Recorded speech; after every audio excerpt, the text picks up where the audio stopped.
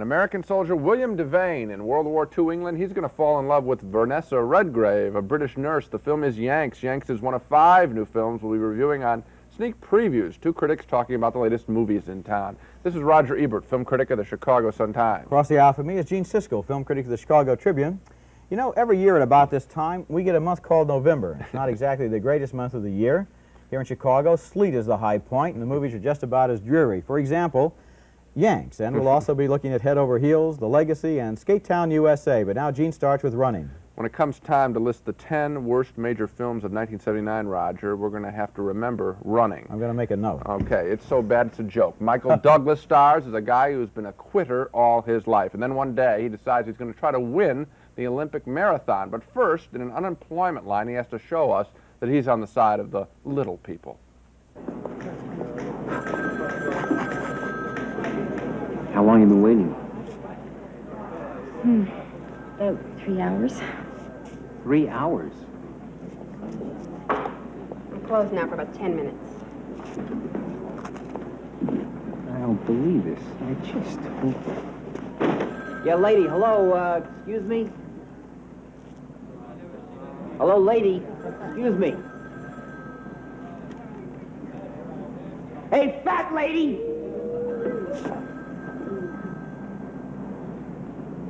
Are you referring to me? What the hell's going on here? I'm on my break. Your break, huh? But what about these people? They've been standing in line for hours while you've been stuffing your face with those cookies. Sir, if you'll just be calm, we'll get to your application right away. I don't want you to get to my application. I want that lady to open up this window right now. She's on her break. These people have paid money into this fund, so they deserve your utmost service and prompt cooperation. And I really resent your condescending attitude around here, you know, because if we were not all out of a job, then you certainly would be. If you want your benefits... Honey, take my benefits and shove them where the sun don't shine. What a cheap scene. Dump on the fat lady, cheer the unemployed. Now, what's worse, that scene has nothing to do with the rest of running. It's just stuck in there to make us think Michael Douglas is a good guy in this movie. Douglas also is divorced in the film from Susan Anspach. He wants to get back together with her, but she's had it with him, so we see his pain in yet another scene designed to make us sympathize with this guy. Janet, how do you feel about what I'm doing? What are you doing? Running.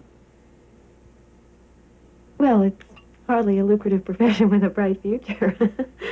Then you do object. Michael, you have been running on and off all our married life. I've never objected. Janet, I'm running in the Olympic trials. Well, that's wonderful, Michael. I'm really happy for you. Think I got a chance? Yeah, I think you have a chance. Yeah, I think you have a damn good chance. Well, I think that this calls for a celebration, huh? So what do you say? Let's go out and have some Chinese food tonight. Take the kids with us. Well, not tonight. Tonight. Why? I have a date with Howard Grant. Do you remember Howard with the car dealership? Yeah. Yeah, I know. I went to school with him, right? So you've been going out with him for a while, have you? Well, I was out with him a couple of times.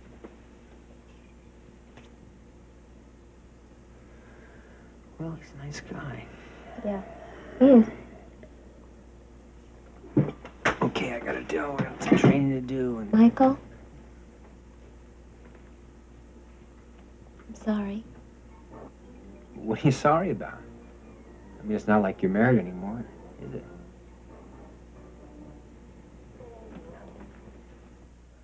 Frankly, I'd rather see a movie about Howard Grant, the car dealer, than Michael Douglas. After that, Michael Douglas trains for the Olympics, and what do you know? He makes the team. Surprise, weren't you? Maze, yes. Yeah. Midway through the big race, a TV commentator tells us that it's not important that you win a marathon, merely that you finish. Can you guess what happens in the race? Yes, he's listening to the radio. No. Will he win or will he just struggle to finish? This movie would like to be a Rocky for joggers. Actually, it's a very cornball movie, the sort of simple-minded picture you get for free on TV, but no one would ever think to charge admission to it. Unfortunately, Gene, they thought of that very thing at the theater I saw it in. Yeah. You know what this movie has? There hasn't been one since the early 60s, the early 70s. Something I used to call a semi-obligatory lyrical interlude. This is the moment in the film when they stop dead. They can't remember what they were going to do next. They don't know what the character is, what his dialogue is, what the story is. So they put a would-be hit song on the soundtrack, and they tell him to run through the park. Well, that does for about 3 minutes.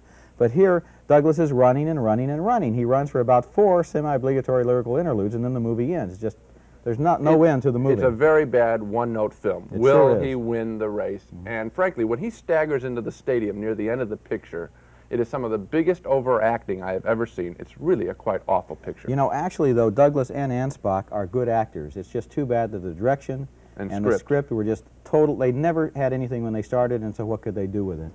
The movie we have next is at least a more noble effort, anyway. It's called Head Over Heels, and it is head over heels, all right. It's a backward love story between a lonely guy and a married woman. Now, their adulterous pseudo-affair reflects the typical mainstream courtship of the 70s. That's when your average upwardly mobile dating couple spends all week studying self-help books so they can spend Friday night sitting next to each other speechlessly looking at a movie together. Their dialogue's out of the pages of Cosmopolitan. Now, example, look at this. What are they talking about at dinner in this scene, and what in the world is it supposed to mean? You could be a cordon bleu chef, you know? I always wanted to open a little restaurant. Why didn't you? I don't know. You ever make this before? Nope. Promise that you'll never make it for anybody but us. Come on, I bought you the chair, didn't I? And you like it, right? I love it. Well, you shouldn't have. Oh, I didn't buy it for you. I bought it for me. You won't come over and live with me, right? Right. So I have to come over here all the time, right? Right. So I need a place to sit, right? Right. So it's my chair. Wrong. Wrong. It's my chair. No, it's not. It's my chair. It's my chair. All right, it's your chair. Okay.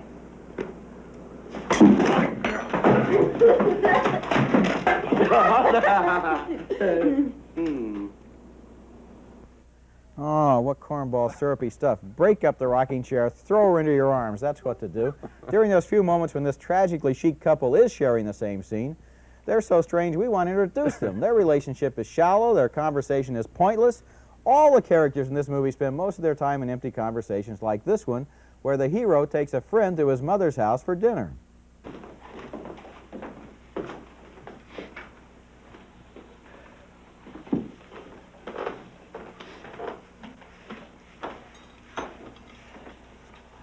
How are your parents, Sam? Where are they living? Well, my father's living in an apartment on Lee Road, and my mother's still in the house. Did you hear that, Charles? Sam's parents don't live together. You knew that, Mom. Sam's parents haven't lived together since Sam and I were in the 8th grade. I certainly did not know that. Well, that must make you very sad, Sam. I'm accustomed to it. Brave boy. Do you want me to get the food, Mother? What food? The turkey. There isn't any turkey. Well, whatever it is that you prepared, would you like me to go into the kitchen and get it? I didn't prepare anything. There isn't any dinner. There isn't any dinner. I guess the joke's on us. That's right. The joke's on you. Yeah. It sure is on you, too, because if there isn't any dinner, why put this scene in the movie when the couple still isn't talking to each other? Exactly. The wacky mother there was played by Gloria Graham. Head Over Heels is an annoying love story. Instead of giving us a movie about these lovers, who are they? Why are they in love? We really don't know. The director fills the screen with bickering, crazed characters and sappy embraces. Yeah, you know, when I see a picture like this with these modern psychologically troubled characters, I long for the good old days of movie making, not because the romances were so sweet and they always ended happily, but because there were strong characters. Somebody looked somebody in the eye and said, I love you. Somebody said, I can't love you. I'm not allowed to love you. Whatever it was, strong writing. This is Cary Grant and gibberish. Ingrid Bergman, instead of these people saying, do you know what I mean? No, I don't know what you mean. What are you saying to me? You know, the audience is shouting out what they're trying to say to each It's a other. rip-off of Annie Hall. Woody Allen made a very fine film about couples but there was some strong positive quality to them. This is just modern gibberish. You know, what I think about when I look at a movie like this, it's too bad if anybody gets stuck in a movie like this, but if you're stuck there, at least it's not a totally bad movie like Running, which has nothing in it, which is a total failure. This movie doesn't work, but the director, Joan Silver, is trying to do something. She's trying to do something original. We don't know what it is. I don't think she knows what it is, but it's fun to at least sit there and see how it fails, if that makes any sense. Yeah, I still skip it, and you agree, right? Yeah, don't go to see it. If you find yourself in it, that's how you think about it. That's how you survive it, maybe. It was only a matter of time, Roger, before a roller disco movie. You're kidding. No. As far as the skating goes, it's pretty entertaining, especially if, like me, you've never been to a roller disco or never seen anybody dance on roller skates. For people like me, that roller disco movie, Skatetown U.S.A., may hold your interest for, say, 20 minutes. All right, wake up, Skatetown U.S.A. Hello there, palm trees. Light up, pinball. Come on, we're going to get those kilowatts moving in those light bulbs grooving. Let the groove light up, turn, sparkle, and glitter. Open your eyes, snack bars.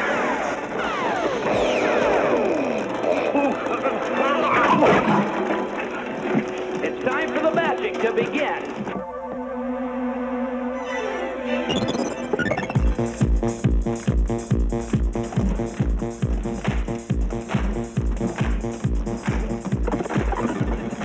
Skaters, I hope you're all having a groovy time.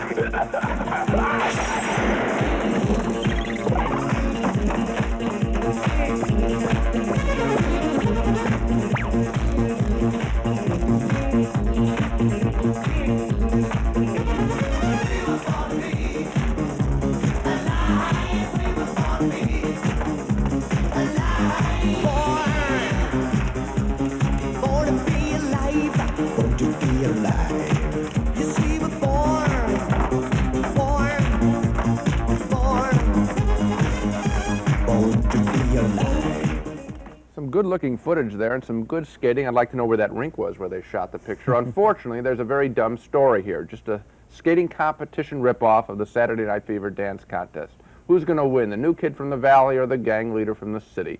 This is a summer drive-in movie, really, that looks totally out of place here in November. It's just not classy enough or funny enough. So we saved you another $3. Yeah. One thing about that scene, it did look like fun. I'd never seen a roller disco before, and now I've seen one, and one was enough. Yeah. The problem with these guys, though, is once they get off the floor, what are they going to do? We watch that for 20 minutes, then they try to put a plot to it, and they don't know how to say anything except go off the floor and say to a girl or whoever it is, would you like to come back on the floor with me? Yeah. I mean, it's not a movie. It's not a movie, and the reason is it's just a gimmick. Yeah. All the people that made this picture wanted to do was be the first ones out. So they rushed out a picture, no dialogue, no story really, very simple, 6 weeks, make the first one, not make a good one. Okay, so they made the first one. Hooray. Our next movie is a haunted house mystery from England named The Legacy. It's one of those movies with a great beginning. Attractive young designer Catherine Ross and her live-in architect, Sam Elliott, have their motorcycle run over by a mysterious stranger in a Rolls Royce. Like all movies about haunted houses, this one is filled with not-so-subtle clues that things are just not quite as they seem. Like, look in this scene when Catherine Ross is summoned to the dying stranger's bedside.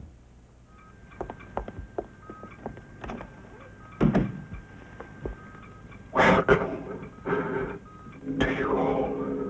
Who is it? The ring each of you wears is the symbol of power. The power that brings us together. To you, I bequeath my power, my knowledge, and my estate. You may divide them amongst yourselves at my death. Now, Margaret, come to me and receive the blessing of the ring.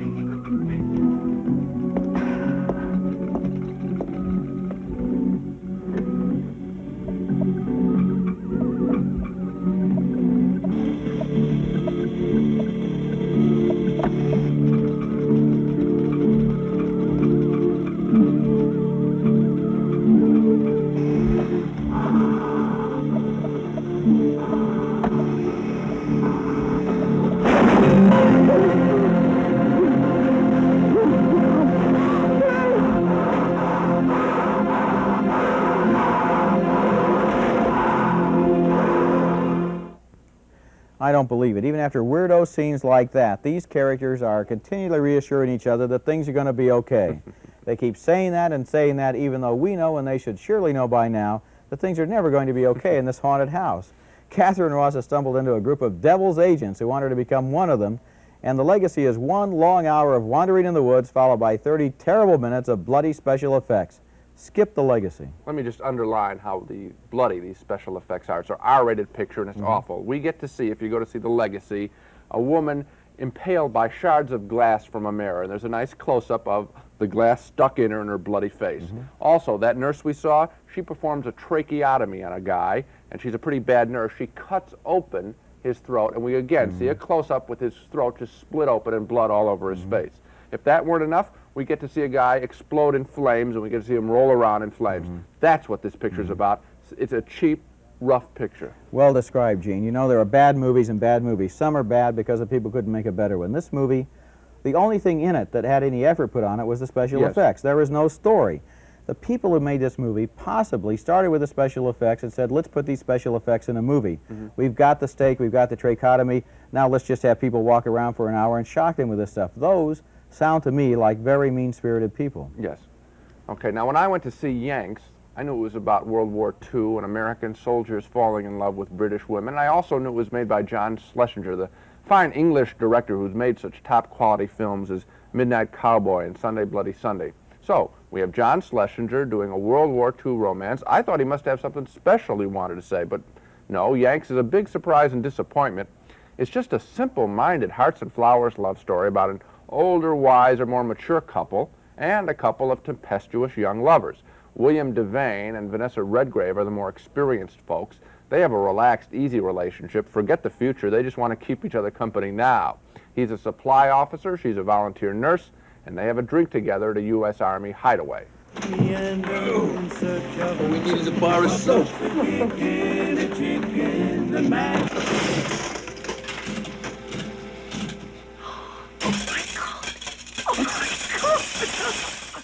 They're very good together. Unfortunately, there's not enough of the two of them in the picture. More time is spent with the younger couple, Richard Gere and Lisa Eichhorn. She has a boyfriend who's away fighting the war. Meanwhile, she and Richard Gere flirt with running away together to America.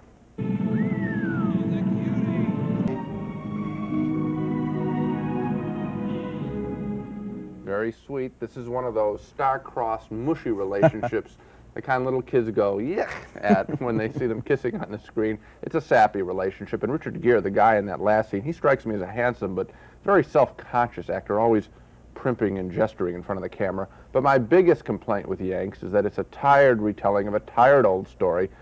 There's absolutely nothing fresh about Yanks, and that's shocking. I don't know why the director, John Schlesinger, made it. Well, I have a clue. There is something fresh about Yanks, and that's the grass and the trees and the vision that he has there. Maybe it was fresh in his memory. This might be something from his own youth or something. From his own youth, yeah. And he wanted to go back to it, and once he got back, he had this beautiful set decoration. He had all the props. He had the costumes. What to do with it? Who are the characters? What is their story? Yes, he really doesn't. He doesn't know. He just plays around with it. It's beautiful. After a while, it's over. There's something in common with all the rotten movies on this picture. They all have one big gimmick and then no people. Make a movie about running in the Olympics. Make a movie about shards of glass going into somebody. Make a movie about roller disco. Make a movie about recreating England. But they all forget the people. Maybe they ought to start with the people and then come up with a place to put them. Or maybe before they start making a movie, they ought to know why they want to make it. I guess, though, that of the 5 movies on the show, none of which we recommend, if you want to take a chance on one of them, certainly in terms of its physical beauty, we'd probably recommend Yanks. Well, look who's here. You know, I don't know why you showed up now. You should have been here at the top of the show, because we already had our dogs. So look, here's what we're going to do. Roger and I thought we'd try a change of pace. We're going to skip our regular Dog of the Week feature, if it's okay with you, and now we're going to recommend some pictures you should see. We've already talked about all the rotten pictures, but the films you should see are not in the movie theater right now. They're so lousy around right now. The movies we want you to see are on television. In the fall, commercial TV networks, in an effort to get high ratings, cram their primetime schedules full of expensive first-run movies. We're now going to give you reviews of 4 of them coming up in November. Okay, Gene, let's start with 2 blockbusters coming up on TV, an action comedy named Silver Streak, and a multi-million-dollar World War II extravaganza named A Bridge Too Far. Now, these 2 movies may seem to be very different at first glance, but actually, they're typical of first-run movies on television, and that's because they're both on at the same time. Silver Streak stars Richard Pryor and Gene Wilder as 2 con men trying to avoid the cops on a cross-country passenger train. And Silver Streak will make its television premiere on Thursday, November 15th on CBS. Stupidest idea I have ever heard. You want to save that girl's life? Then it's this or we're dating. Now take off your jacket. Come on. I can't pass for black. Who you telling? I didn't say I was going to make you black. I said I was going to get you on the train. Now we got to make them cops think you're black. It'll never work. Never. What, are you afraid it won't come off? Meanwhile, over at NBC, A Bridge Too Far goes so far that it begins November 15th and concludes on the 16th. That's so you can spend 24 hours in suspense if you haven't heard who won World War II.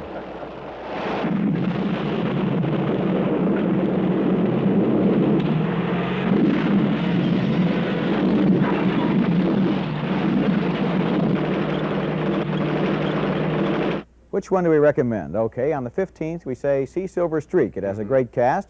Gene Wilder, confused as ever, Jill Clayburgh, sexy as ever, and Richard Pryor, explosively funny as ever, so see Silver Streak on the 15th. And that leaves the night of the 16th. Now, believe me, it's all right if you missed the first part of A Bridge Too Far, because the second half on the 16th shows you what you missed. The same people doing the same things, only later on in the same movie. Now, A Bridge Too Far, alas, is not a good movie. Should have been renamed A Bridge Too Long. Absolutely. Now, later this month, there are 2 more network movie premieres. On Monday, November 19th, CBS TV is presenting The Turning Point, a film about 2 women friends, Anne Bancroft and Shirley MacLaine. Bancroft is a professional ballet dancer. MacLaine gave up dancing to get married. So when they meet again after a few years, they obviously challenge the choices each has made in her life, and the sparks really fly. You'd walk over anybody and still get a good night's sleep. That's exactly how you got where you are, Emma.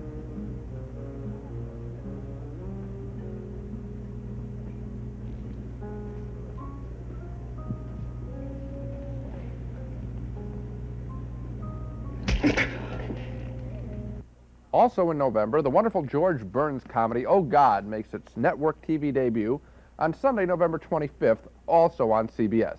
It's got a couple of inspired bits of casting. Nice guy singer John Denver plays a nice guy supermarket manager who gets a message from God, played by George Burns. God wants to see John Denver. George Burns is a marvel in the film. He makes us smile every time we see him. Are The Turning Point and Oh God worth watching? I think so. I like The Turning Point. Even though it's a little goody-goody, I like the way it honors the world of ballet, and I like that it's a film about work and about real families. Those are unusual subjects for movies these days.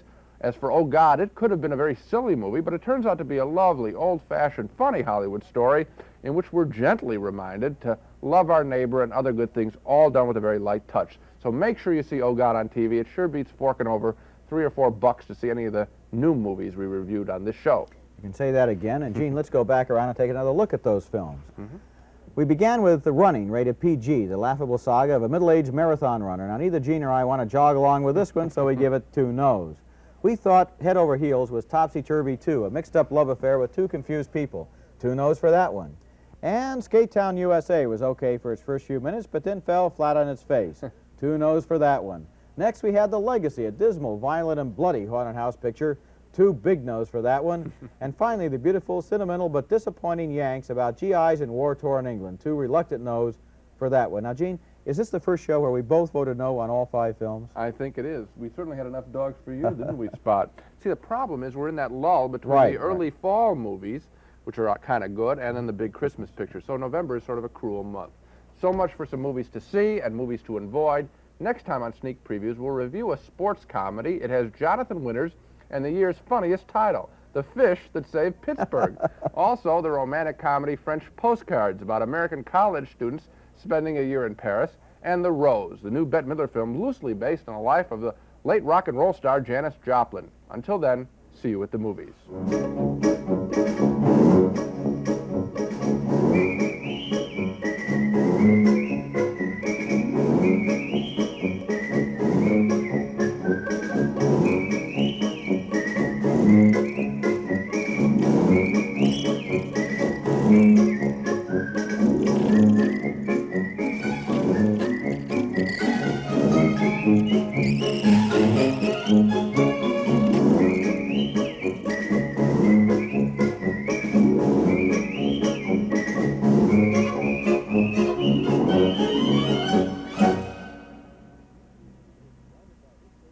Funding for sneak previews was provided by this station and by other public television stations.